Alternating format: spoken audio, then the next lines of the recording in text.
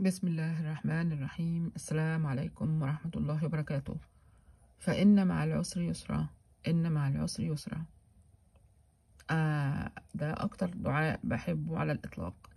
ليه بقى؟ لأنه كل الأدعية التانية موجودة في القرآن، في وسط آيات وحاجات تانية، هو ده برضو.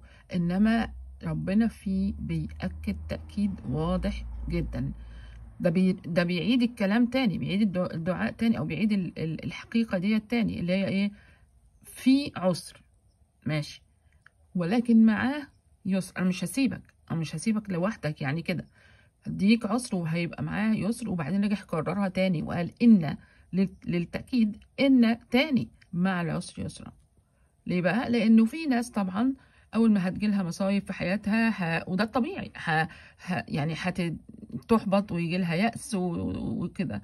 انما لما تتأكد ان ربنا ما يقصدش ان هو الهدف من المصيبة دي مش انك انت تيأس وتروح تنتحر، لا.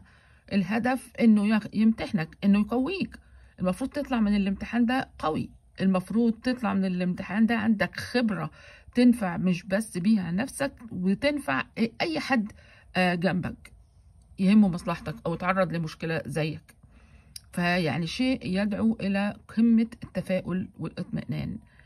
لما ربنا سبحانه وتعالى، هو مش مطالب طبعا بكده سبحانه وتعالى، ان هو يقول لك ويأكد لك. خلاص الشيطان بقى هيبقى شغال ولا ومش لا، وانت لوحدك وانت مسكين وانت مظلوم.